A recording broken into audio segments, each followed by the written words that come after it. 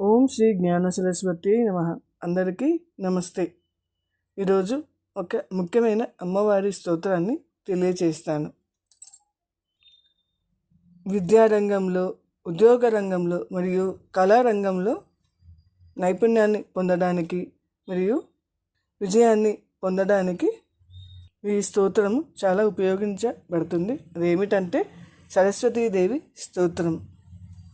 ఇది విద్య, జ్ఞానము మరియు కళలకు సంబంధించిన దేవతగా భావించబడుతుంది సరస్వతి అమ్మవారి స్తోత్రం.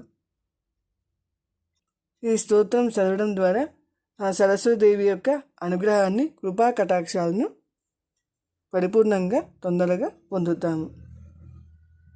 మొదటగా విద్యార్థులు మరియు జ్ఞానం కోరుకునేవారు సరస్వతీదేవి స్తోత్రం చదవడం ద్వారా ఆమె అనుగ్రహము పొందుతారు.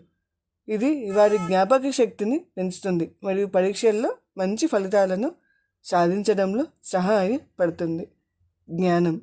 జ్ఞానము మరియు వివేకం కోసము సరస్వతీదేవి స్తోత్రము చదవడం ద్వారా ఆమె అనుగ్రహాన్ని పొందగలుగుతాం. ఇది వారి మనస్సును ప్రశాంతంగా ఉంచుతుంది మరియు సరికాని నిర్ణయాలను తీసుకోకుండా ఆపడానికి సహాయపడుతుంది. కళారంగం.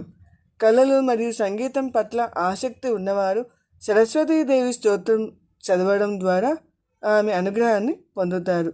ఇది వారి నైపుణ్యాలను పెంచుతుంది మరియు వారి కళా ప్రక్రియను మరింత చురుగ్గా చేయడంలో సహాయపడుతుంది. ప్రశాంతత. సరస్వతీదేవి స్తోత్రం చదవడం ద్వారా మనసు ప్రశాంతంగా మారుతుంది మరియు ఆందోళనలు తగ్గుతాయి. ఆధ్యాత్మికత. సరస్వతీదేవి స్తోత్రం చదవడం ద్వారా మన ఆధ్యాత్మిక నైపుణ్యాలు పెరుగుతాయి మరియు దేవునిపై నమ్మకం కూడా మరింతగా బలపడుతుంది. ఇంతటి పవిత్రమైనది ఈ సరస్వతి స్తోత్రం. ఈ సరస్వతీదేవి స్తోత్రం అందరూ తప్పకుండా చదివి సరస్వతీదేవి యొక్క అనుగ్రహాన్ని వెంటనే పొందుతారని మనస్ఫూర్తిగా కోరుకుంటున్నాను. ధన్యవాదములు.